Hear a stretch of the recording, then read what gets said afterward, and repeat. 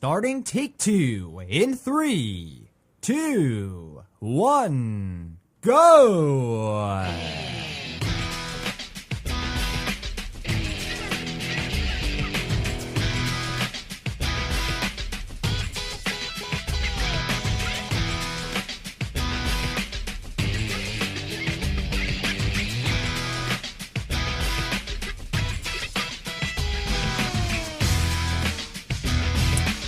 Well, hey there, ladies and gentlemen. That is right. Take two. Welcome to the show. Ronnie and I are back for yet another episode for all of you. We have a great one, as always, though. I mean, I'm the host, and I don't expect anything less. Maybe I should say that because I don't expect anything less than Ronnie. Hey, Ronnie, how are you? From Ronnie. Yeah, great. I wouldn't expect anything less either. I meant from Ronnie, not then Ronnie, but from Ronnie, in other words. But yeah, great to be here nonetheless. We'll have you make it official, as always. You'll peek into that envelope of yours, that envelope. I'll say envelope or envelope. Every now and then you'll hear me say envelope one show, envelope another, either or. But we'll have Ronnie peek in there to see what episode we are at. She'll announce it, and then we'll go into everything we're going to be going into, and that's a lot, believe us. All right, but before we get into all of the good stuff, if all of you would be so kind, would you please visit www.theonthenet.com. That is right, the Voices on the Net Network's website, where you, the great listeners, will be able to find more information pertaining to the Voices on the Net Network. All you need to do is go up to the About link, where you will see an About link. We go up to the About link, you click it, you'll reach a web page that will provide you everything you need to know pertaining to the network in thorough detail. Now, you can also check out and probably the greatest features on the website, if I say so myself. And Ronnie would add that, too. She would attest to the fact that they are, too, probably the coolest and greatest. The podcasts of any of the episodes from any of the shows available on demand for and at your very own convenience. Yeah, you can check everything out by going to www.theonthenet.com. So, Ronnie, yeah, we are here again for another episode, and it wouldn't be an episode without you making it official, announcing the episode number. So, would you, as always, do the honors, please? Well, absolutely. Today we are episode 265. Episode number 265. Episode number 265 of the show. Thank you. Halfway through the next, to the next mini milestone, of course, the 27th one coming up. It's amazing. We just surpassed the last one, and we're already hitching around the corner towards the next one. It's amazing. But they do fly by, as always. So definitely looking forward to that. So, yeah, how are you doing, Ronnie? I am doing just great. So thus far today, I had a little excursion this morning. With? I don't like it when people think that they're holier than thou, that the law doesn't apply to them. They have no consideration to other people. Okay. There was this guy, I had to go to the bank, who owns a lot of land where I'm at. Drives a big, monstrous truck, the double dually type truck. Mm-hmm. Took up 3, it's parallel park. It's parking stalls. And he took up all 3 of them and parked in the handicap zone, nonetheless. Hate that. Nonetheless. Ticks me off. Of course, I had to yell at him and let him know. I was like, well, were you handicapped when you came in? Or did you plan on being handicapped when you left? He moved the vehicle. The abhorrence. The thing is, and people do that in Jersey all the time, too. And then it's, of course, those that will...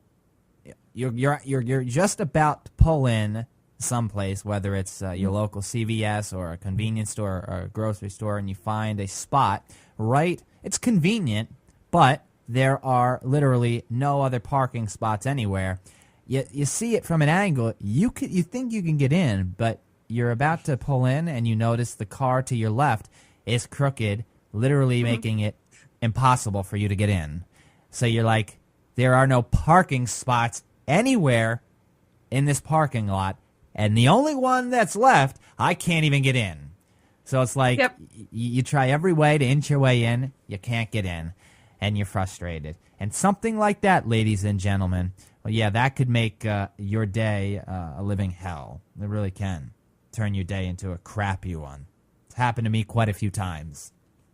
It's like they intentionally do it. If I park like this, I won't get my car hit. I could see, I'll listen, take up 2 places. I'm actually going to be on the side for a moment. For those that may not have any, they don't think before they act. I'm actually gonna take the side. Just a little moment here. I could see if it's literally about closing time in a store. I go to my CVS in the CVS in my town every now and then, and I usually go maybe 5 minutes before the store is about to close. There's nobody in the parking lot. Nobody, not one car. I could see I want to get in there quick before they close, and I want to park quickly, so I'll park a little crooked where I'm taking up maybe a little bit of the next space to my right or to my left where I'm not exactly straight. There's nobody in the parking lot, so if another car comes in, they could park anywhere else. Yeah, it's still, you still probably shouldn't do it, but I could see maybe that. That's the only leeway I'll give to those that have no decency whatsoever when they're doing that. But you shouldn't, obviously. Yeah. You should not. There are separate spaces for a reason. Park the way you're supposed to park. It's as easy as that. It's irritating, especially when you have someone who is handicapped and they need that parking space. And then talking about mid-morning where a lot of people are out. You have the Oats bus that comes by and picks up the senior citizens, and they can't get out of the vehicle. They can't even get into a handicapped spot. That's another thing. It's those that, and how many times do you see somebody that will, they don't have a handicap sticker, but they will park in a handicapped spot because they feel, they're just going to run in. 2 minutes. That's it, 2 minutes. But it's within those 2 minutes that somebody with a handicap sticker is trying to park there. Well, they can't because you're there. There's handicapped spots for a reason, and they're for those that have disabilities. You could walk. You have 2 legs. You could walk an extra 10, 15 feet to the convenience store. You don't have to park in the handicapped spot. That annoys me too. When people park in handicapped spots when they don't have when they don't have a handicapped sticker. Because I walk with a cane no matter where I go. I have a disability, and I know what it's like to walk the extra 20 feet. It's not fun for somebody that has to walk with a cane, unfortunately. So it bothers me. It ticks me off. It does. Mm-hmm. That's a pet peeve of mine. It's a pet peeve of a lot of people. I have to always make it known. Right. Something I can't hold back. So instead of having road rage, I actually have concrete rage because I'm on the concrete when I usually am going after these people. Yeah, you're disgusted. That's what you are. Yeah, I am. I'm disgusted. That's what you are. They have no consideration. Yeah. Well, if you're disgusted about that, and I'm sure many of you tuned in are actually disgusted when that happens to you. Yeah, you disgusted, folks? When somebody parks in a handicapped spot, say you're handicapped, maybe some of you listening are handicapped. You have a handicapped sticker. Are you disgusted when that happens? What about when somebody takes another spot that you could take? Supposed to take one parking spot, not more than one. Some take 3 or even more than that if their cars are big enough. You disgusted? Yeah? Well, then you may be as disgusted, if not more disgusted, at what Ronnie and I are about to bring up here. Yeah. What would you say? How would you feel if after 4 years you worked your rear end off in college, where you found out you weren't going to take part in the convocation ceremonies? In other words, the convocation ceremony is where you walk up on stage while they're announcing your name and you receive your degree, your diploma. How would you feel if it was canceled? You'd still have the commencement ceremony, but that's not necessarily the graduation. The convocation is the graduation. That's where graduates receive their diplomas. And I think a lot of people actually confuse the commencement ceremony with the convocation. The commencement ceremony allows families, friends, the students, everybody to kind of just celebrate right. the victory that they've accomplished by graduating college with a bachelor's. How would you feel though if you found out you weren't going to take part in the convocation ceremony at your college because they canceled it? Well, that's the situation in New Jersey, my home state, New Jersey, and I'm not very proud of it either. At Montclair State University, yeah, Rain. inclement weather has canceled the convocation ceremonies, which makes me wonder why they didn't have a backup plan at the beginning of these student senior years. If only there were maybe a couple of open arenas that could hold these convocation ceremonies, because there's an auditorium that only holds about 1,000 people at Montclair State, not enough to hold the students, enough students and so forth, the family, the friends, so forth. But, they have no place to go. Well, it's not that they don't have any place to go, it's that they don't choose to go any other place. Who knows why? Not too happy. I actually know a few people that are not happy with this. Students at Montclair State University, seniors. They may have to walk to the office, wherever they're going to go, get it mailed to them, whatever, and receive the degree that way. They're not going to have a traditional graduation. How would you feel, Ronnie? I would feel let down, disappointed. I mean, that would be heartbreaking because you're spending 4 years of no life, stressed, pulling your hair out, doing the max that you can do with your classes that you're doing. I mean, it's just one stressor after the other to make sure that you get that 4-year degree, even though the diploma is what you're working for, but you're really working for, that you cannot wait for, is to walk down that aisle, go on stage, be recognized for 5 minutes that you actually completed something, that you worked your butt off. This is a goal and it's been met.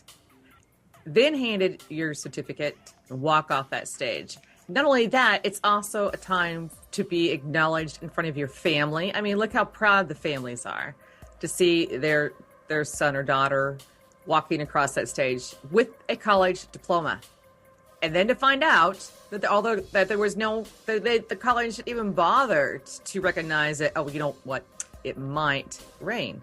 It's May, people. It does rain in May. But not only that, look, we have other people who have weddings have alternatives if it's going to be raining outside versus going inside if it's an outdoor wedding. Same thing with the royal wedding we just had not too long ago. They had plans in case of inclement weather. But college doesn't. Maybe if they wouldn't spend so much money on a little snooky, they could take that money and actually rent someplace for them all to be. I mean, I'm pretty sure the arena's going to give them a discount, if not for free, just to go there and watch the graduation. Well, that was Rutgers, by the way, Ronnie. The snooky went to not Montclair State. And also going back to what you mentioned pertaining to these graduates, these students that work towards this degree, and this one moment where they walk on stage, hear their name called, and then they receive the degree. While that is a big part of it, I think what you had meant to say, and I think what it should be considered is more of an augmentation, an accession, in other words, meaning in addition, maybe a little bit of something that's added to the fact that you've did it, you've done it, you've graduated, you've surpassed a major moment in your life, that the last 4 years you've worked quite a bit. You deserve to walk on stage, receive your diploma while hearing your name called. That's a part of the graduation process. While you're clearly the diploma is number one, the last 4 years you've learned, you've worked your butt off. That's why you went to college in the first place. It's the added augmentation that you are going to receive it while you hear your name called. The excitement, it's the closure factor, it's the you finished. That's how they end it. That's how they finish. That's how you finish. That's how you know you're finished. You know, once you hear your name called and you walk up that stage, those stairs up to the stage, walk across the stage, receive your diploma, your degree. That's the final step. That once that's the case, you're done with your bachelor's program. For that, of course, those 4 years. So that's why it's so important for students to experience that convocation ceremony. Then they go over to the commencement celebration and they finalize that situation. Yeah, how hard is it for them to get an arena? Right. How hard is that? Oh, not hard at all. Yeah, look how much tuition is these days for them to state that they just can't do it because their auditorium seats so many. Well, here we have so many colleges here that they actually utilize the civic arena, which is very large. Well, yeah, I know. For college graduations to have there because of the number of students, and they're not charged hardly anything because the college actually brings aboard their own refreshments or whatever they're going to have there. So they're not really utilizing any of the arena's issues except for the restrooms, but you're there for the graduation. Well, that's exactly why I brought up there are two empty arenas in New Jersey, the Prudential Center in Newark and the Izod Center, the Meadowlands in East Rutherford. And they could use one of them. First off, Seton Hall used the Izod Center. They were fine, set and dandy. I don't understand. And Montclair State University is no small university. This is a great college here. And you would wonder why there wasn't some sort of backup. Yeah. Some sort of back. So you're telling me that the only case here is that if it rains, and it rains, it continues to rain due to the inclement weather, even the rain-out date it's rained on, they're going to cancel all convocation, and the students are not going to have. They're only going to be able to go to the commencement ceremony. By the way. That's already set. And they'll see their name on the Jumbotron. Yet they're going to have to pick their diploma up during a different time. You're telling me that's all they're going to be able to experience. Right. The commencement's nice, but it's not graduation, in my opinion, without the convocation ceremony. It just isn't. No. I'm glad that, the school that I attend, the University of Phoenix, has a great process how they do it. Now, clearly, there are a lot of students at the university. A lot of students go to University of Phoenix, so they have a lot of money to be able to do this. But even a college like Montclair State University, and even so, you brought up the refreshments factor. They don't have to charge a dime to go to the arena. They'd make enough money from refreshments alone, probably, to pay for the event. There are going to be a lot of people that go. So like I said, it's not exactly a small school, and I'm sure they could get plenty of sponsors. This is a college here. It's very upsetting to hear this. It really is. I was talking to my parents just last night actually, and they're upset. They said there are going to be so many people that are going to bash New Jersey. They're going to talk about this story in such a negative way because it's embarrassing. It's embarrassing to hear this. Well, think of the monetary loss that's happening to these families. Right. They hear they paid for this college education. I'm pretty, they probably have already purchased their cap gown and what needed to go with that. That's another $50 to $100, depending on what degree you were in.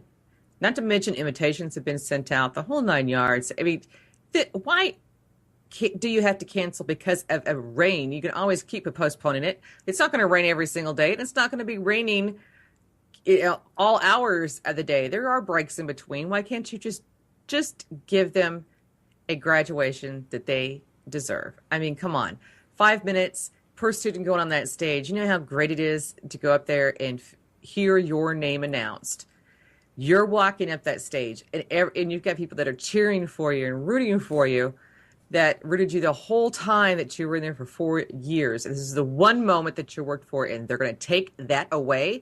That's wrong of the college. I don't know of any other place that would do that. Are you stating that if it was going to be for high school graduation, do you think the parents would allow that to happen? I'm pretty sure everybody's uproared over this as to why they're making this their final ultimatum because of the rain. It's not going to rain every single day. And you can just keep postponing it and having it there and eventually give these people their graduation and their just rewards. But that's the thing right here. This is not a high school graduation. This is a college graduation. Yeah. This is college, a noticeably bigger event for these students here. High school's great. High school's big. It's an accomplishment for the students that do graduate high school, but those that decide on their own time to go to college, take the 4 years out of their life to do this, and then graduate. And let's not forget about the fact that college is noticeably more challenging than high school. Yes, this is a much bigger moment for students that graduate college, and to not have a convocation ceremony is ridiculous. It's a slam at these students that. Probably had no. You would hope that the head of the student council or some sort of the college would have spoke up or is speaking up or doing something to maybe combat the fact that they should have something going on.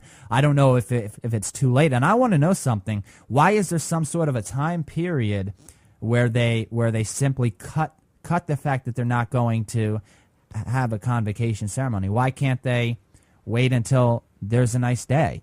What after 3 days, that's it? After 3 days, you're going to cut it or whatever, however long it's taking, however many days after the actual date it was scheduled to go on, they're going to simply say, no more. We're not going to allow it to go on. We're just going to allow the students to pick up their diplomas and process to the commencement ceremony. Is it because of the commencement ceremony scheduled? They can't reschedule the commencement ceremony? Or they can't have the convocation after the commencement ceremony? They can't do something like that? After all, this is a sticky situation where the school did not prepare in the first place, the beginning of the school year, where they should have, when they should have. They could have had it maybe during the weekend, on the weekend when it's nice. It's supposed to clear up. Could have it a couple of days after the fact. I don't understand why there's a set time period after the actual scheduled date where they have to abide by a certain set of bureaucratic bullshit. I don't know That's what it is. I don't know what it is. That's what's confusing to me. And I apologize for, I really do. I apologize for cursing, but it makes me angry because I'm a sophomore in college, and I would not want this to happen. I would not want this to happen to my sister who graduated college. She had a commencement convocation ceremony in the rain and wind. It was horrible, nasty weather. Or I don't know, maybe it wasn't rain. It was windy. It was crappy. It was cloudy. They still had it, though. You know, it's a slam to these students. Because I know people that go to the school and they're not happy. They're upset. They're upset and depressed, and they can't believe that's happening to them. It's a big time in their lives. So yeah, it is. It's a big major accomplishment, and to be treated in such a fashion. Right. I mean, the college took their money when they wanted it for their classes and so forth, but they're not going to give these students some sort of recognition. Right. I mean, even our school does that. They give recognition to the seniors. They have a get-together to celebrate the seniors that are graduating. All the students get together. And they also have two types of graduations. Sometimes it's going to be held outside on the local campuses, especially, even in Phoenix open campus there. Or it's going to be held inside. Either way, if they're going to use this, what about the 1,000 thing? You can actually have a specific number of people that you can invite to go to it. Just say your mom and dad, so that you got the limit of 2 guests, and still allow them to graduate on stage. Yep, and Brittany Leantonio, who is an English major, sounds familiar, actually, said she was told if her convocation is rained out that she will still see her name in the commencement program at the IZOD Center on the video screens. However, she stated, quote, they think seeing our name on the Jumbotron is enough. To me, that's not graduation, and it isn't. Yeah. It's not. So I feel bad. I really do. I wanted to get this out. I wanted to talk about it. I'm very, very, I feel sorry for the students. I do. I don't know really what else to say. If I could do anything by being vocal right now to push this convocation ceremony to go on somehow, I would. I felt talking about it was the least I could do. I live in New Jersey. I support the state. I'm very upset, however, at what's going on with this. I wish these students, I wish they would receive some positive news that it's somehow going to go on. Who knows what's going to happen within the next couple of days, maybe the next 24 hours. We don't know. But as of right now, the situation stands. They're not having a convocation ceremony, only a commencement ceremony. And that's 3,931 students that would feel short-sighted here. And they have every right to feel short-sighted. All right. We do have to head into the associations. We're going to do that right now. And I know Ronnie's got... we're going to look forward to the funny laws. I know Ronnie has one or two for us for this 265th episode of the show. But do you want to start us off with maybe an association you have over there, Ronnie? I know you have one for us. Yeah. How about how to survive a car crash going 265 miles an hour? Danny Thompson has actually tried to break several car records or speeding records along the way. Yeah. He had a camera inside of his car that he actually it's a Mustang that he improvised with and made it the interior to be such as a stock car that you would see on NASCAR, and wanted to break the record of having a car that he did not actually have to rig up to get that kind of speed going with it. He took this car out on the speedway, got it up to 265 miles an hour, and the car flipped end over end over end and actually survived, and the camera caught every last bit of it. I don't know if it's the anticipation of the thrill you're about to endure or the sheer stupidity of some people. I would think it's the sheer stupidity. However, a part of me is stating, listen, it's the anticipation that you're about to endure such a thrill that you don't even think, going back to sheer stupidity, by the way, that you don't even think you could possibly crash, die, get hurt, seriously. Yeah. 265 miles an hour is fast. Now, I'm happy that he's alive. And yeah, he's got a video that he could show to the world. I'm sure plenty of people would love to see something like that. But you put your life on the line for that too, though. So that's what you think about. What is going through this guy's mind, or what went through this guy's mind? What really goes through people's minds when they attempt to do things like this? Do they feel they don't have, a life to live, or are they just not thinking straight?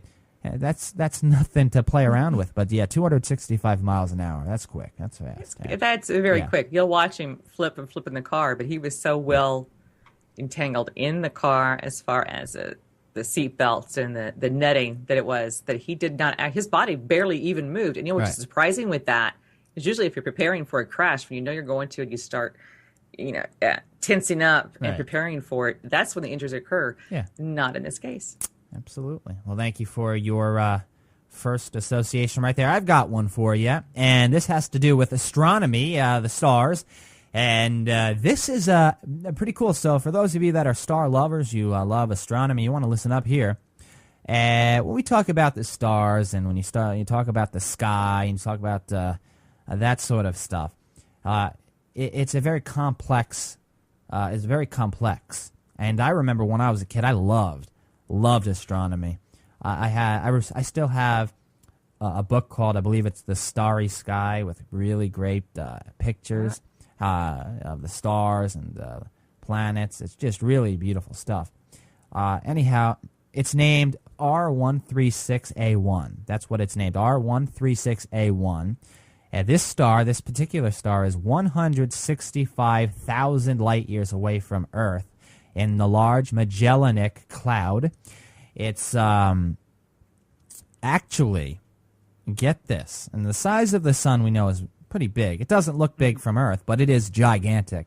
This star right here is actually 265 times larger than that of the sun. That researchers have found. It's the biggest star ever seen in the history of all stars right here. It is named, once again, R136A1. And it is 265 times larger than the sun. So it's a pretty gigantic star. It's enormous. How could we miss that? Oh, yeah. Well, it's far away. 165,000 light years away from Earth. That's way out of our view. That's for sure. But, I thought that was pretty cool to see. So I decided to bring that up. All right. What about a funny law? Do you have a funny law for us over there, Ronnie?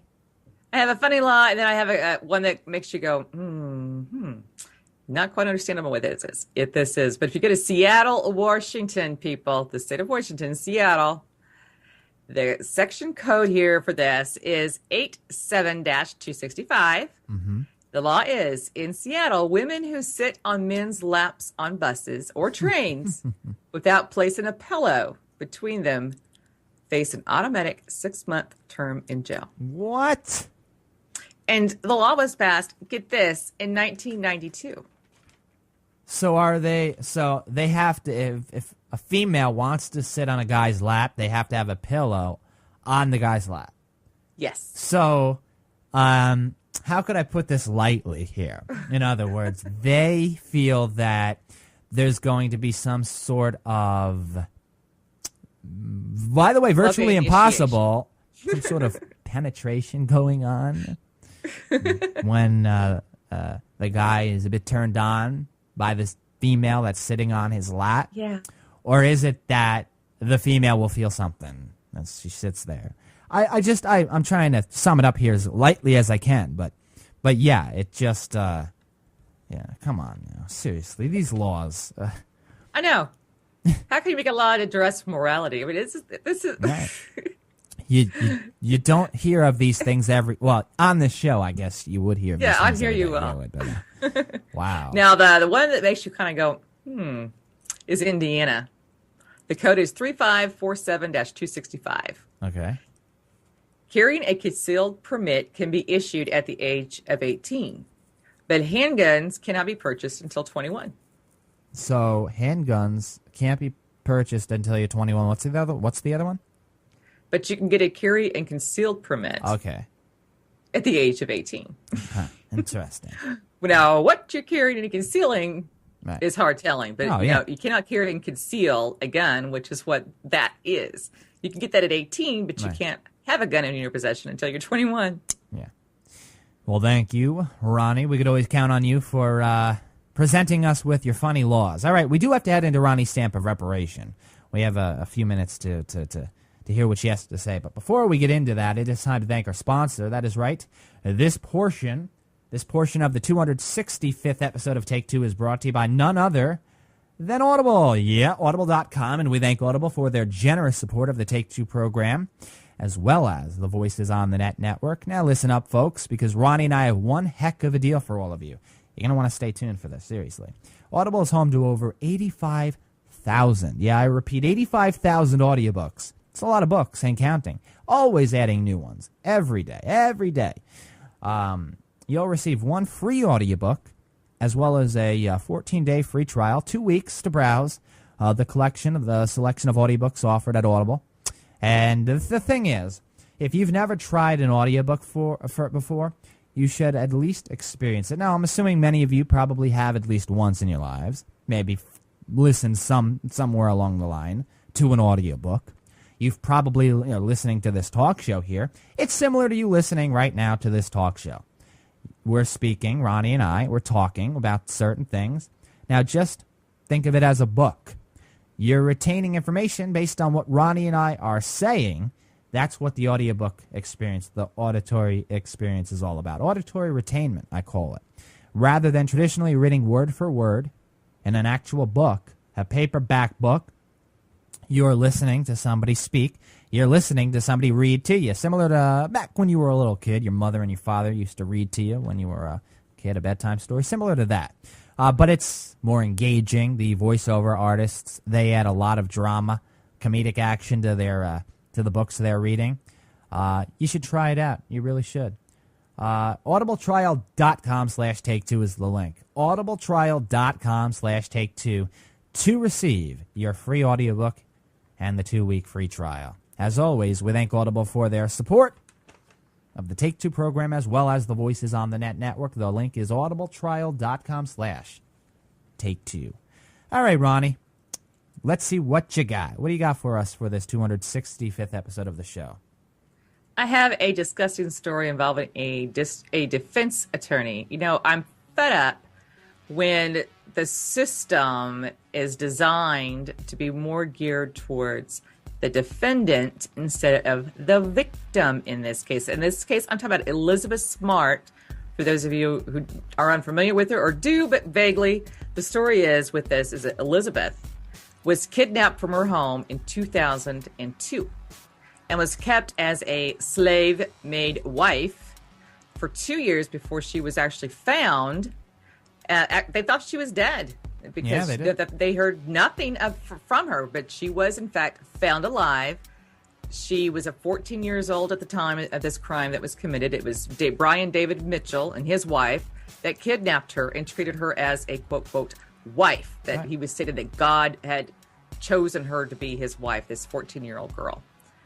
His attorney is now using the victim, the 14-year-old, as a victim, stating that she did not really suffer any psychological damage from the kidnapping.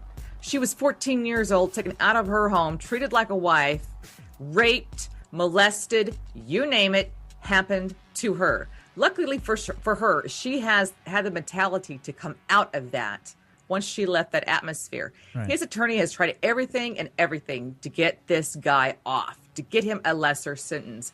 No, the district attorney's job, and this one is Robert Steele, so I think Steele needs to listen up really, really closely. Remember why you took that oath of office. You took that oath to uphold and defend the United States Constitution, not to sit there and defend and make up excuses and slander the victim, who happens to be sitting right there in court. Are you going to tell me that you're going to tell her, you know what, it doesn't matter what happened to you. It's all water under the bridge. You know what?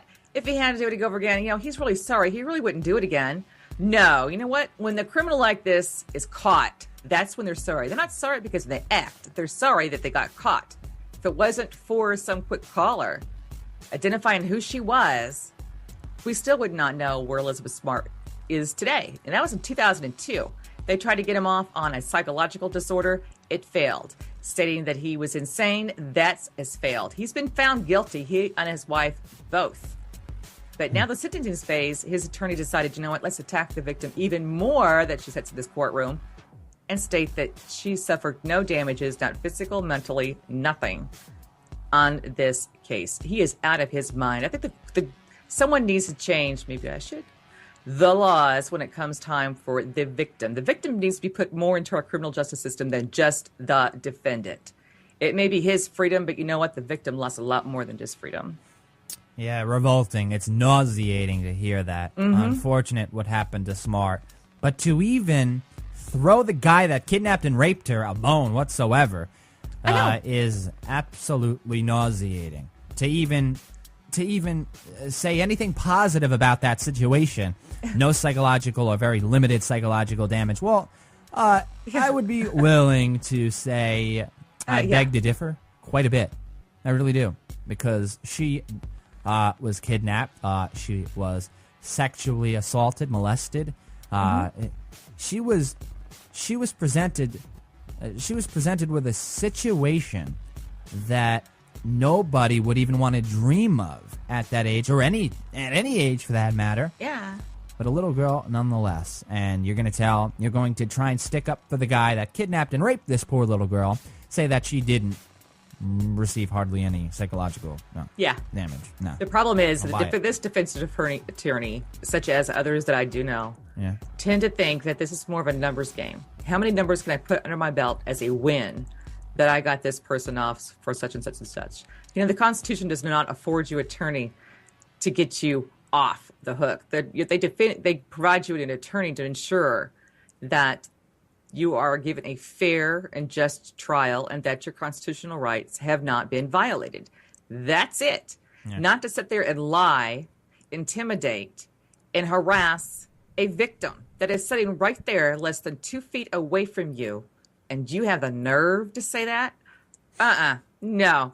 I don't. This attorney and others like him need to be actually disbarred because they are a disservice to the criminal justice system when they're trying to now keep score and not based on right and wrong. It's nonsensical BS. I was gonna almost slipped and said the actual word. I'll say BS this time, but you know exactly how I feel. The whole time. yeah, I'm sure you did. I'm sure many of you listening, if not all of you, feel the same way. All right, thank you for your stamp, Ronnie. Your stamp of reparation, as always, great. To hear what you have to say. Always look forward to it. We have to head to the break, though, on this 265th episode of Take Two. But before we head to the break, I'll update you, tease you a little about what we're going to be going into. Yep. Well, if you think about the content on the net, most of it is probably stolen, right? You would think, yeah. You would probably think most of the content comes from free file sharing websites such as BitTorrent or these P2P networks, right? Because it's free. People don't want to pay for anything. Well, it turns out in percent notation that the most content online is, wait for it, paid for. Yep. Who's behind this? We're going to talk about that as well as the end of snow days. Well, if there weren't snow days, how would anybody enjoy the lovely weather the winter has to offer? That beautiful snow. Well, would you rather enjoy the winter or would you rather enjoy the summer? You have days off in the winter because of snow days. They take away from your summer vacation. Well, the end of snow days could be nearing, and that's, thanks to the internet. The virtual classroom. Ronnie and I are both students at an online college. We know what the virtual classroom is all about. What if you were to instill that, say, in a high school or middle school or elementary school? We're going to talk about how the internet may allow traditional schools to conduct their curriculum in a virtual classroom thanks to the advancement of technology, so students could keep a solid grip on their studies without losing any summertime or vacation time or whatsoever. Are there any cons to this? Of course, the naysayers are going to say that, if there's not a teacher around, they're not going to be able to learn.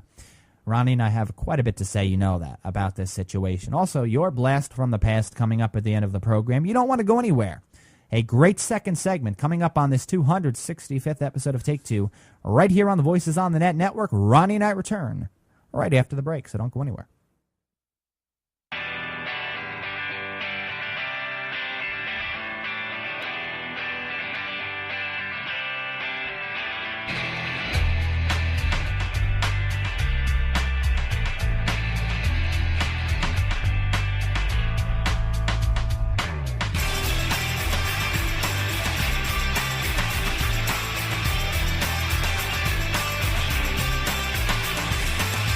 Howdy, folks. Welcome back to episode number 265. Yeah, that is right.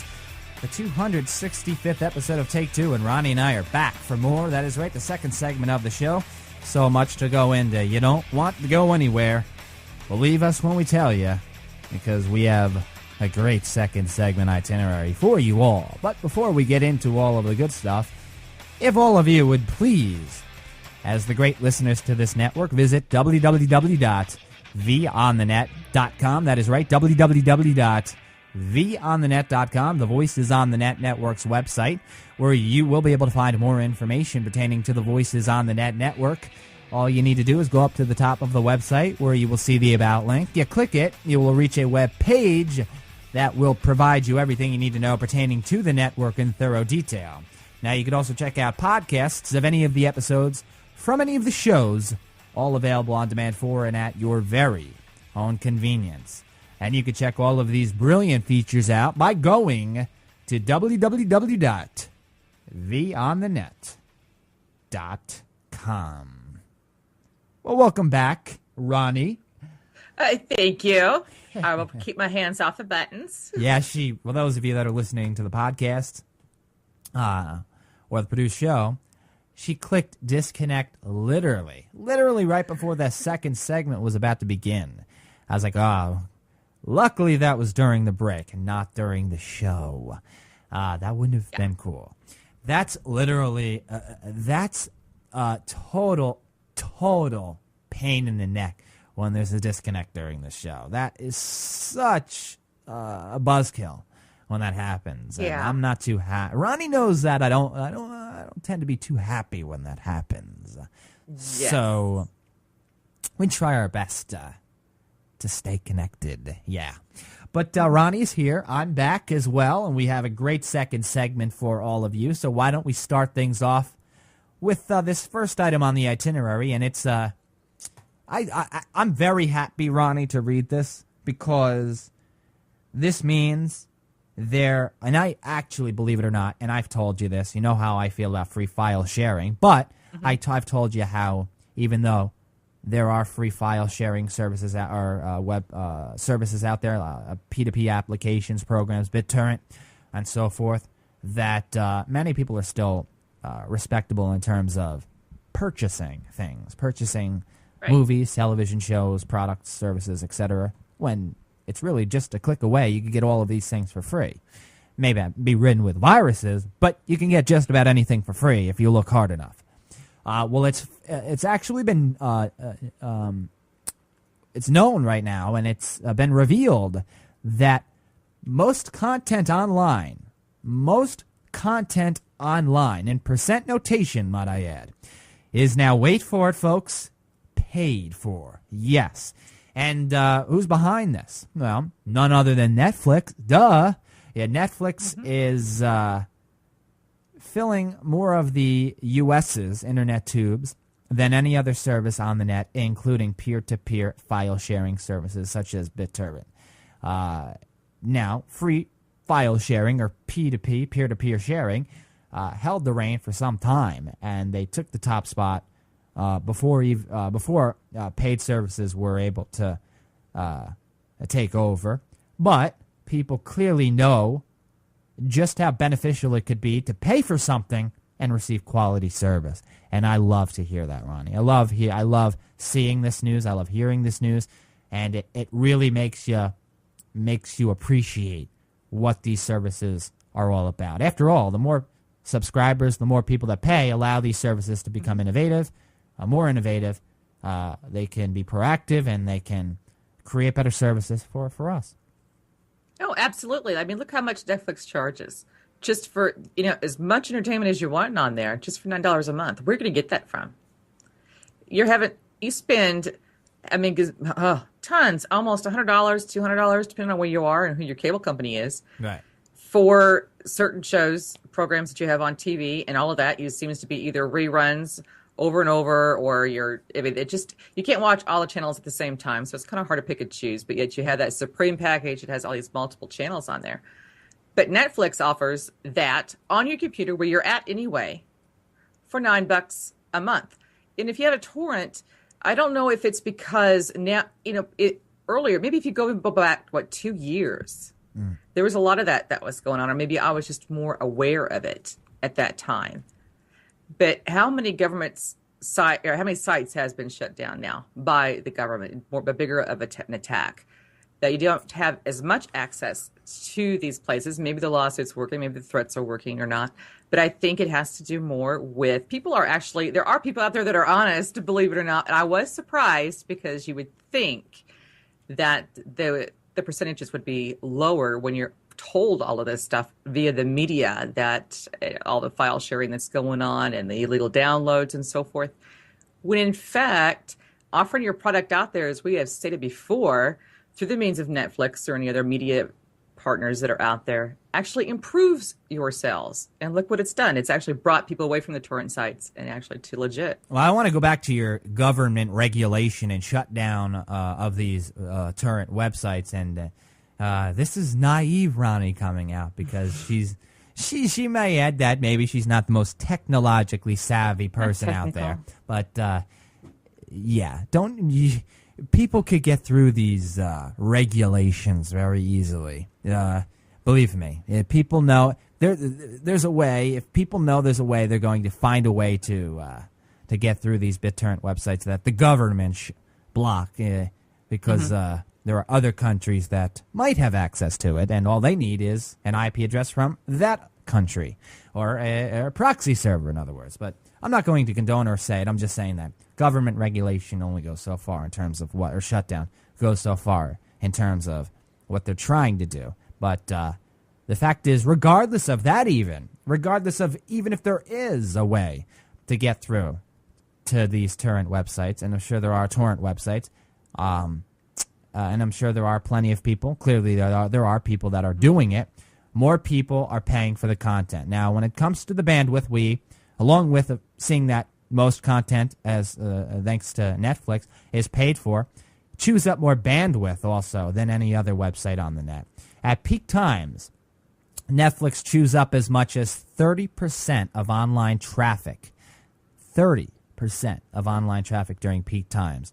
That's amazing, right? That right there, and of course, we know Netflix is now a major streaming media service. They used to really focus on what? They used to send envelopes to people's homes with DVDs or so forth in them, and you wouldn't have to endure late fees. However, now they're focusing really on their streaming media infrastructure. They want people to be able to have their movies at their fingertips instantly. And so many people can connect their computers to their television. So many people would rather watch movies and television shows on their computer that they'd rather just stick with the streaming media infrastructure. And why not? They have so many subscribers that are actually enjoying it. At first, when we found out Netflix was planning on abandoning their rent a DVD service and going over to the streaming media alternative, there were people that were upset. And Ronnie and I did talk about that before. We talked about that on one of the many shows we've had, and talked about how they were moving over to this streaming media, and that Ronnie did enjoy the actual physical DVD, and we had quite a debate, quite a discussion there. You can go to www.vonthenet.com and check out all the shows you want there, including that one right there. I believe it was back in the 190s, something like that. Back in the 190s, 192 maybe. But getting back to the Netflix streaming movies, now filling more of the U.S.'s internet tubes, in other words, taking up so much more bandwidth than any other website.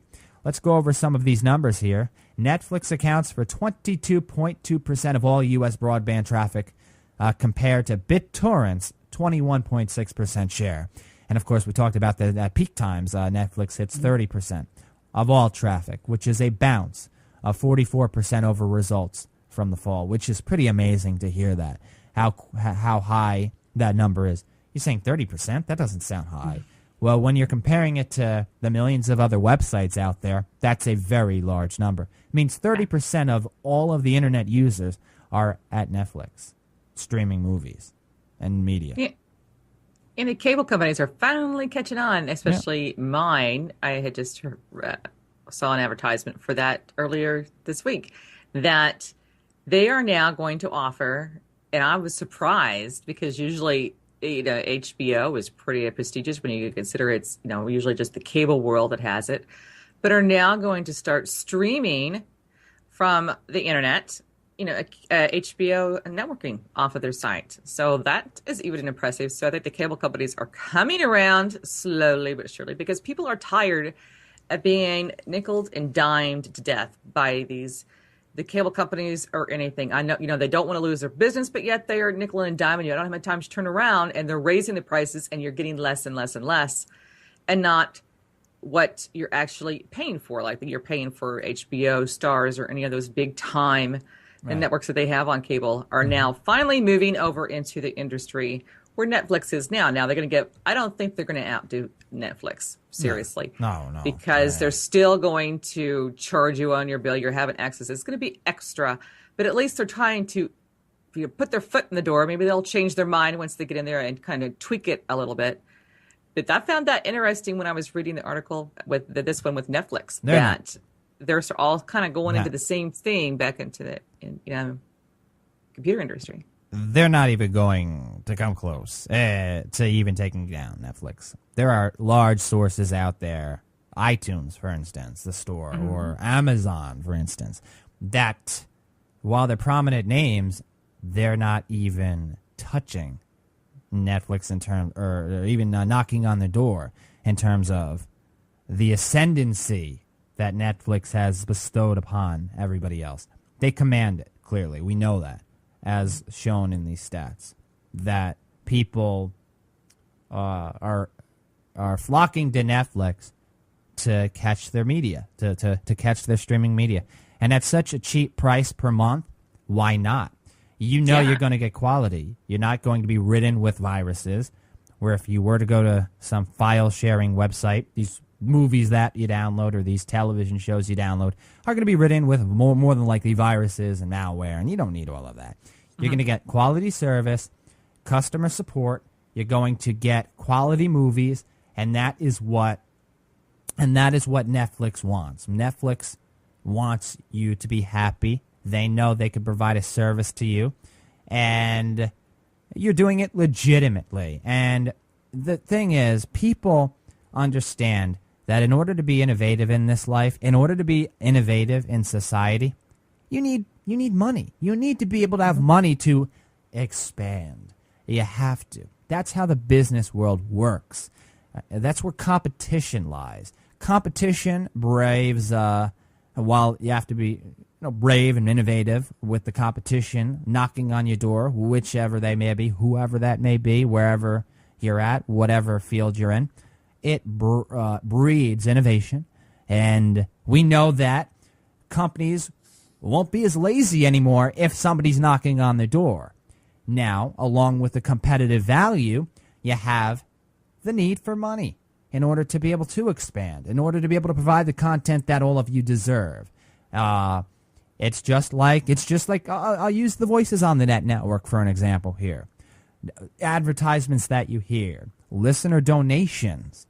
This is all going towards the network, and anything left over, you profit because we have to eat too.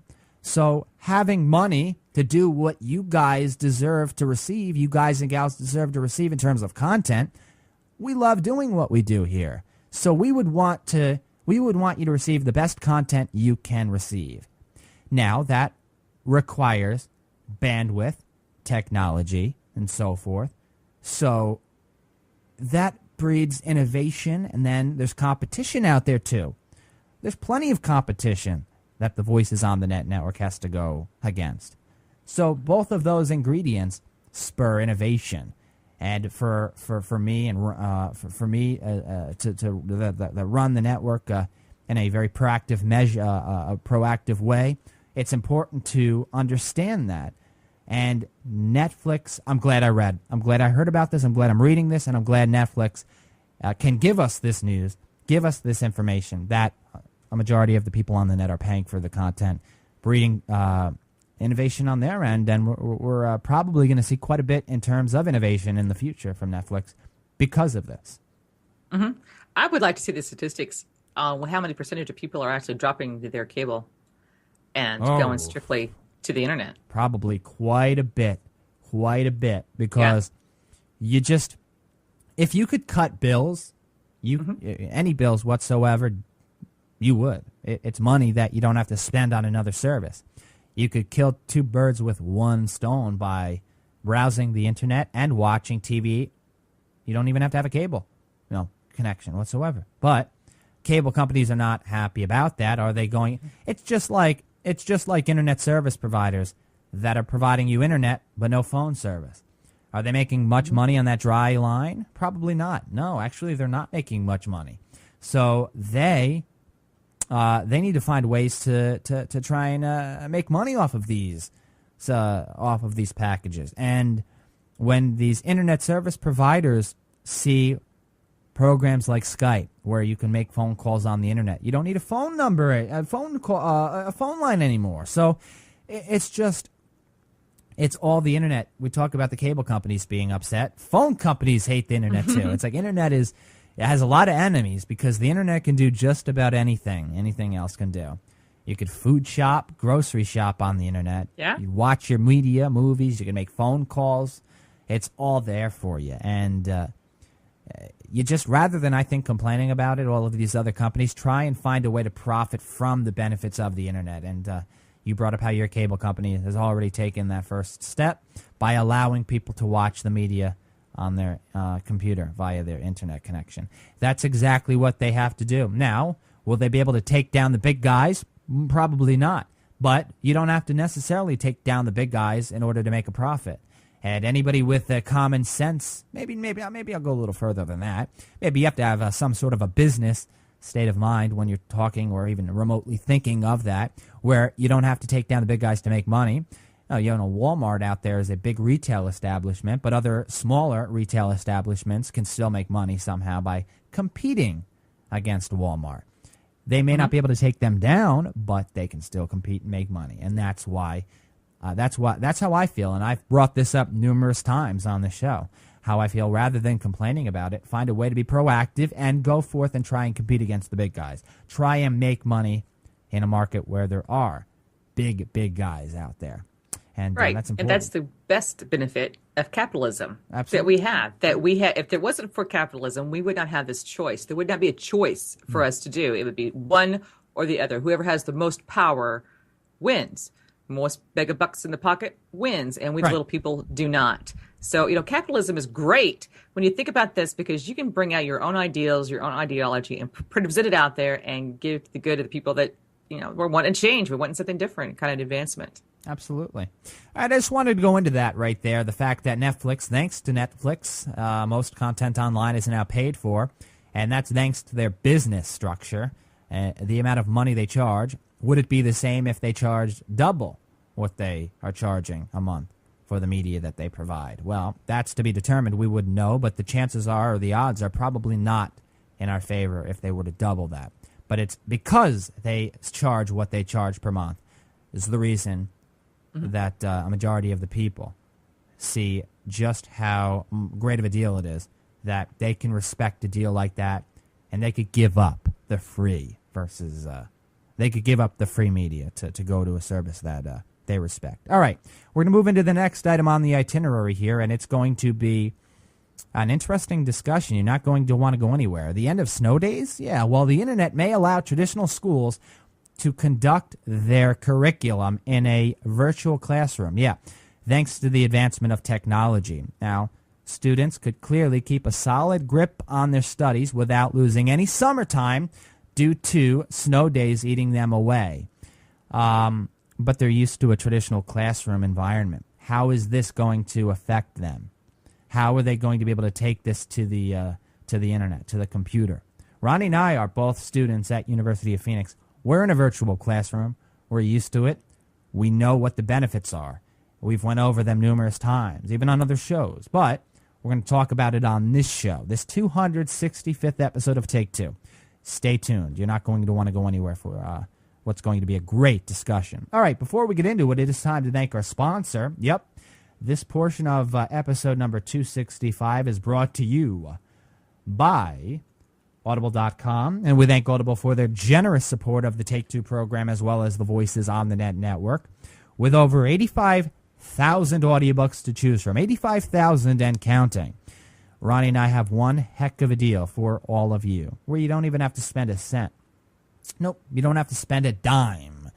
Yeah, it's that great. One free audiobook and a 14-day free trial, a 2-week trial to browse the selection of audiobooks offered at Audible.com. Even if you're not an avid reader, you don't traditionally read your paperback books, your magazines, an article online, wherever.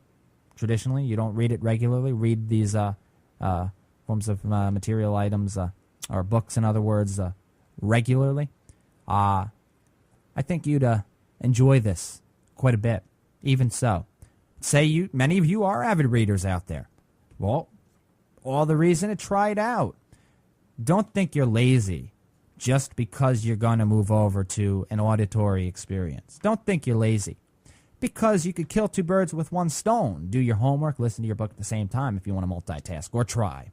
Or relax. You deserve to relax every now and then. Rather than holding that book up with your head on your pillow, you could listen to your book while you're relaxing with your eyes closed. The auditory experience is one to try. And Ronnie and I have a deal for you where you can try it and you don't have to spend a dime. Yeah, one free audiobook, a 14-day free trial. Go to audibletrial.com/take2 right now. audibletrial.com/take2. audibletrial.com/take2 to take advantage of this offer. You'll be glad you did, because Ronnie and I are both members. We enjoy it immensely. You will too. We're pretty confident. audibletrial.com/take2. As always, we thank Audible for their support of the Take Two program as well as the Voices on the Net network. All right, Ronnie, now it's time to rock and roll. What do you say we get into this next item on the itinerary right here? And we've talked about how online education, the virtual classroom, compares and or differs to the traditional classroom. But in terms of elementary school kids, maybe middle school kids, high schoolers that are used to going to school traditionally, they go to a building, they carry their backpack on their back, they walk to from class to class, they use a locker, they interact with their friends. Well, the internet may be playing a part in their lives, which the main target, the main combatant here is the fact that they want to target what? Snow days, yeah. And there are naysayers out there that feel these students are not going to gain the same education that they would if they were in school, that if there's no teacher physically involved, they can't learn. Well, I've got quite a bit to say to that, and I know you do too. I want to hear your opening statements here about these schools, or schools in general, that might decide to go over to the virtual classroom scenario, infrastructure, to end snow days. If there's a snow day, people can still do, or students can still do their schoolwork at home. I think it's an excellent concept to do. I don't know why they haven't thought about this earlier. We've been doing this. I've been doing it for 4 years. You've been doing it for 2. That we've learned a tremendous lot. I haven't seen any negativity as far as our learning abilities. And the kids are on the computers most of the time anyway. Playing video games, how hard is it for the school? I don't think it's any problem because it always has been a problem with the snow days. You never know how many days you're going to be offered per year. Usually it's 5 snow days a year, and then you have to start making them up. Right. Either that's going to shorten your spring vacation or it's going to affect those that end up having to go into summer because there's quite a few states that we do have that have the harsher winters. Right. And end up going way over that 5-day minimum, and it really affects everybody involved. Why not do this? When you can crack down on all. You won't even have to need the number of teachers that they have now. You know how they have special ed teachers, they have this teacher, that teacher, that teacher. Doing it online, it's instantaneously.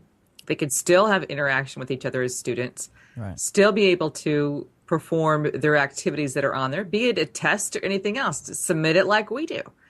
It's a learning environment. Of course, teachers not going to be there 24/7. When are they? Right. They are there to do their work. They can still search the internet, practice on the site. This is good for all ages. At least wise, it'll count for a day that you're out of school. And doing the homework online isn't any different than if you come home to do your homework. It's the same thing. Instead of bringing home a book, you're doing it with a computer. And I understand they have a problem with those that do not have access to the internet, which is really, really, a small percentage of those. But there's nonprofit organizations that are out there. You're saving money. These are probably the same students that are on the low cost or free meal lunches that they have out there. Utilize those programs to assess the ability to get onto the internet, to be able to have a computer within the home for that school year. That'd be just like buying supplies for school. This probably should be one of them right. if your child's going to school. Right.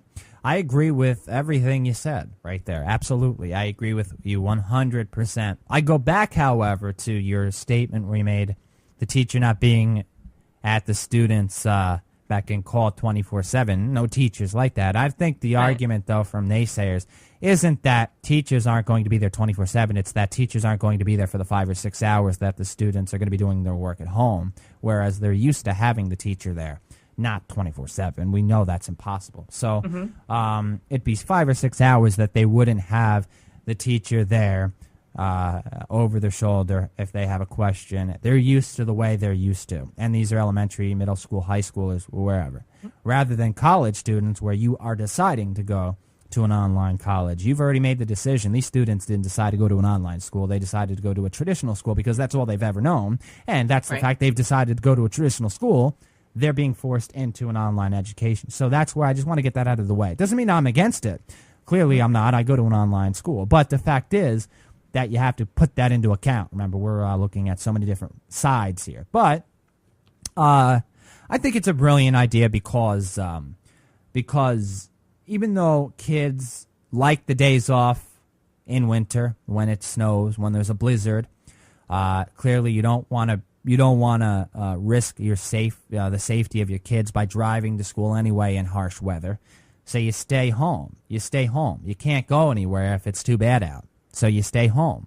Well, if you could somehow, and kids could still enjoy the wonders of the winter weather outside, even if they are doing their schoolwork at home, they can. They could take a break. They're not forced to stay 5 or 6 hours at their computer screen to do their work. They could go outside after an hour of work for 15, 20 minutes, come back in, do a couple of hours here. You could do that. That's what's great about the online environment. So getting that out of the way, too, I just want to say that shouldn't be a problem if those naysayers out there feel that the kids are not going to be able to enjoy a winter day. They would be able to enjoy a winter day if they did have school. They could come home from school and hang out outside in the snow after school even. So I think the focus here is to keep the solid grip on the students' studies, because there are students out there, maybe a smaller percentage, but there are still students out there that may lose grip on their studies if they have, say, 3 days off. That's extra work that's needed, and some students may have trouble making up that amount of work. You could simply negate all of that, get rid of all of that by allowing the kids to do their work at home. And the online environment, now they would have to construct some sort of infrastructure.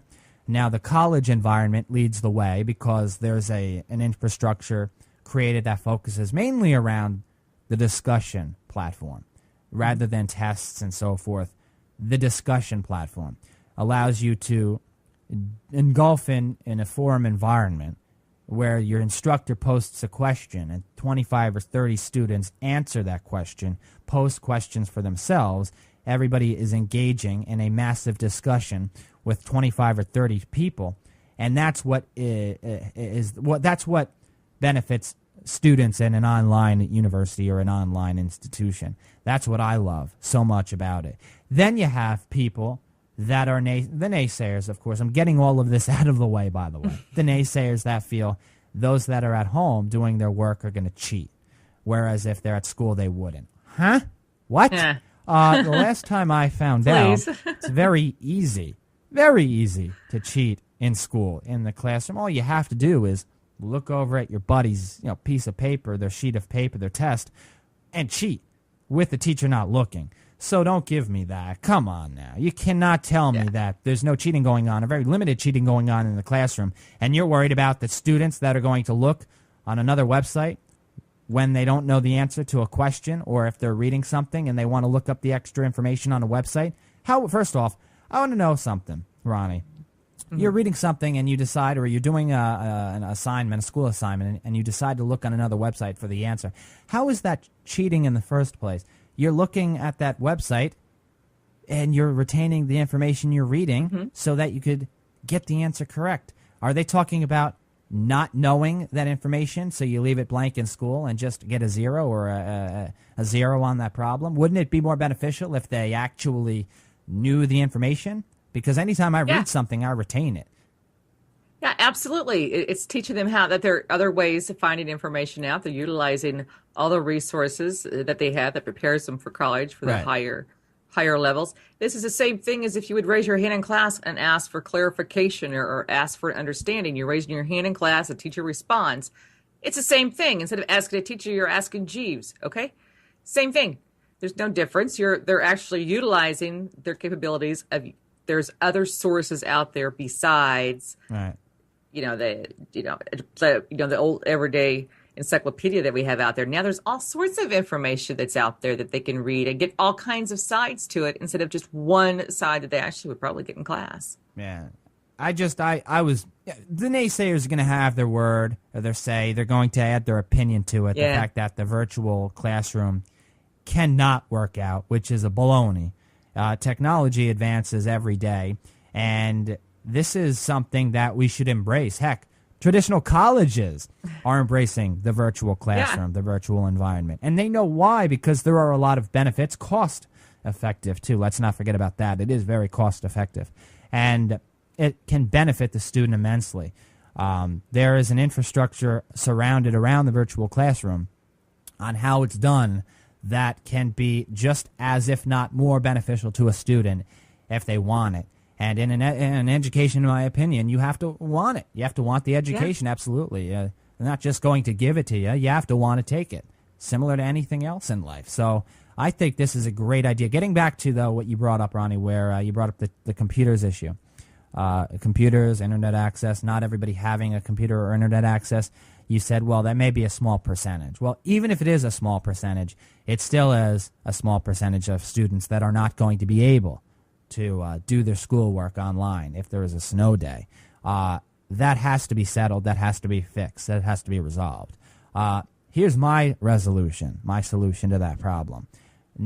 Every city is not going to just up and decide they're going to allow students to attend a virtual classroom when there's a snow day. It's not going to be the whole country. It's going to be, there's going to be a few here, a few cities there, a few cities here, a few cities there. The affluent towns, the towns that are built on an infrastructure that include most, if not all, of the people with that are in that town have internet access and or a computer. You need a computer, clearly. So that leads me to believe that they'll focus on that first. If not, there's the capability that towns will provide. There are towns out there that provide cities with internet access. So they'll focus on those towns first. And then the towns that are less fortunate, unfortunately, at that time, will just continue to do it the way they're going to do. The snow days, and they'll have to make up the days in the summertime. And then eventually, as the time goes on and financials change and the town could maybe focus on providing those that are less fortunate with a computer and or internet access, they could focus on working on a way to set up a virtual classroom for these students. That's what I have to say to that, because it's not going to be the entire country doing it at once. It's going to be variable. There's going to be a few people that are going to be there are going to be a few schools here and there doing it, and it's going to, if it does kick in, getting involved. It's an excellent opportunity for these schools, and I understand it. I think it's just the negativity is based on the labeling issue. Right.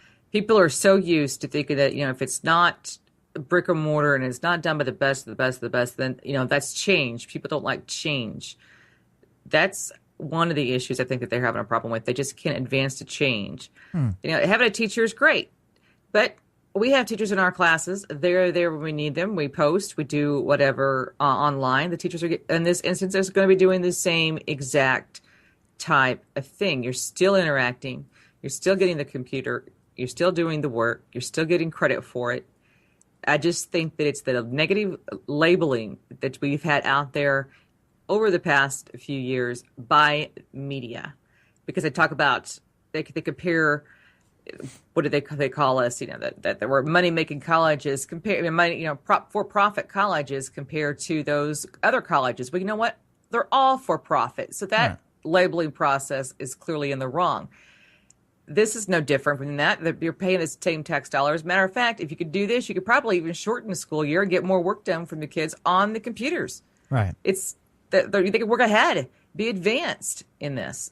Kids that are doing homeschooling anyway utilize the internet and still turn work into the school, and they're homeschooled. So there's no difference, is there? Yeah, no, I agree with you totally. There are always going to be naysayers out there. They're going to have their opinion, and they're going to bash certain things that they have no idea what they're bashing in the first place, because they follow the stigma. That's what they do. They do. They don't know what they're talking about.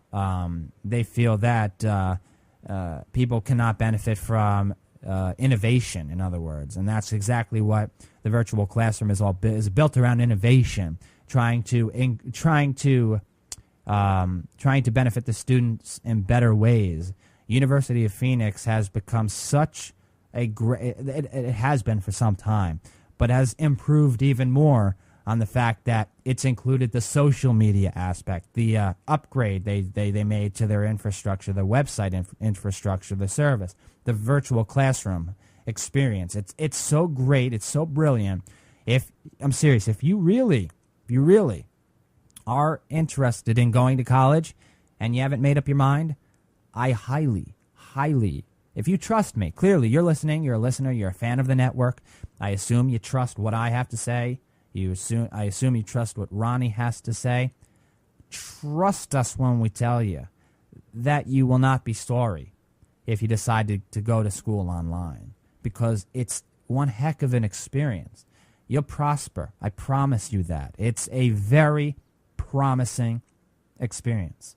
You have to try it out if you're interested. Well, you don't have to, but if you're interested in going to college and you don't know what you want to do, I would try it out. There are a lot of advantages to an online environment. The less distractions in an actual school classroom, the visual and auditory engagement that you receive online. You think there's no interaction between the teacher or a teacher and the student? You're wrong. First off, University of Phoenix, I'll give an example. If you're a math, if you struggle at math, for instance, literally anything you may be struggling at, I can guarantee there's an in-depth instructional video or more for each I'm mentioning, each equation, each inequality, anything that has to do with math. There are instructional videos one by one that will go through the motions with you. And that's not the actual teacher of your class. If you want to just do it on your own time, you have that access to that content. Plus, the teachers are there for you. Don't listen to the naysayers, because Ronnie and I are students at University of Phoenix. We know what it's like. Try it out. I think you'll be happy. Not trying to make this into an advertisement, but it has to do with what we're talking about here. All right, we have to head into your blast from the past on this 265th episode of Take Two, right here on the Voices on the Net Network. What do you say, Ronnie? We go back into the past. Yeah, take this time machine into the past discussion. Let's go to the past. Yeah, ready? See what's up. Yeah, let's do that. All right, folks, everybody in the time machine. Come on, ladies and gents, here we go. For episode 265, Ronnie and I present to all of you, yeah, that's right, a blast from the past. Netflix feels abandoning their DVDs is the way to go. Many customers are not happy about this. Many customers actually prefer DVDs, because many of them, regardless of whether they have a DVD player or, say, a Blu-ray player, Blu-ray players can play DVDs, all right? And DVDs are still a prevalent technology, all right? You know, let's not forget about the fact that when DVDs replaced VHSs, it was a transition period that took a while. I mean, even when DVDs were out, VHSs, I'm talking about beginning, and we're talking about years here before VHSs started to really go out the door. But VHSs were still being used. VCRs were still being sold, and then transitioning slowly into the next generation of movies and media on a new method of viewing these movies and shows and such. VHS tapes and VCRs started to leave us. Okay, now it seems like Netflix, very prominent name in the industry, getting rid of a DVD method of viewing movies? I don't know. I mean, listen, I'm big with technology. I love the advancements. I love streaming media. I have the capability of doing it, viewing high-definition content. But believe it or not, still, a lot of people do not. Ronnie, where do you stand with this? Are you a Netflix subscriber? Do you use Netflix? Until about 5:45 yesterday. Oh, aha. That's how angry I was. I just bought, with a gift certificate for Christmas, a Blu-ray. I couldn't wait, and I've been a Netflix subscriber for about 3 years, because I like, just getting the DVDs they send you, take it, put it back. It was convenient for me at the time. I'm not going out to. It's the process. You like that. You like that. I think a lot of customers feel the same way. The process of taking a DVD out of that red slip, then putting it back, sending it back, and then getting another one. It was a process. It was fun. Similar to going to the movie store back when back when movie stores were prevalent. You went with your family to walk through the aisles, that candy smell when you walked in the door. It was a process. It was the experience, all right? Yeah, I always looked forward to that, and now they just want me to pick what they're going to have on streaming. And the problem with Netflix on that issue of what you can choose to watch on there is very limited. I mean, I can do better than that just with on demand on my television. Right. I can get movies faster, the ones that are just released, onto the television via on demand faster than what Netflix is going to put on their website. So what was the point of me doing this in the first place? Right. So you're taking away my opportunity. But one of the great things about Netflix in the beginning was that they would beat, on demand and those sort of programs before they received it. You got it on Netflix, and now it is the complete opposite, because when you want to download a movie to watch from there, there's very limited choices. The movie that you want to watch is not there, so I might as well just go back to Plan B, the old-fashioned way, right? And go to Blockbuster or whatever, just wait for it to come on demand and watch it there. What's the point of me paying extra for something I'm not receiving anymore? So yeah, I canceled my subscription. Right? No, and I think you're not alone, Ronnie. I think a lot of people followed your footsteps. Not ironic. We just talked about Netflix leading the way in terms of people paying for the content that they receive rather than getting it for free. And we delved back to episode 196, that was. I think I said 192 earlier, that we may have actually talked about Netflix on 192. We had a string of discussions that had to do with Netflix, but that was 196, back on episode number 196, where we had found out that Netflix was planning on abandoning their DVD service. A lot of people were very upset. However, now, months later, I think you actually, Ronnie, even based on the tone when you were talking about when we were talking about Netflix and how their library has enhanced quite a bit, has increased quite a bit over the last few months, that streaming media, I think you're embracing it different now. I think you are because of that big monitor you have now, and you're knowing how beneficial it can be. And now your cable company, and I think you could say, yeah, JJ, I think you were right in a way. Yeah. Oh, I have to admit that? No. No. Yeah, you were right. I canceled my subscription, and then the next thing you know, Blockbusters closes.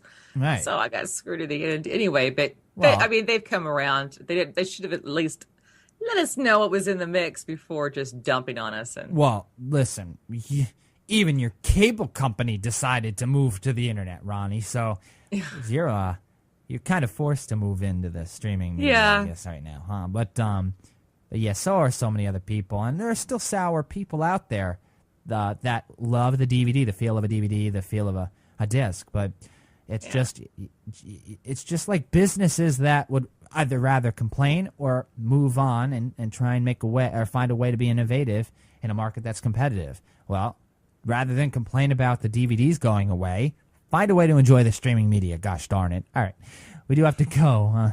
It's all the time we have, Ronnie and I, for this 265th episode of the show. It was great. It was fun. We always have a blast doing this. You all know that. And we appreciate your support. We really do. We appreciate the emails, the comments, the support. Keep them coming. We'll be back for the next episode to do it all over for you with a new itinerary. There's always things to talk about. Ronnie and I love to talk. We'll be back, folks, for the next episode before you even have the chance to miss us. Until then, much love to you all. Take care, everybody. Bye-bye. Take care, everyone. Bye-bye.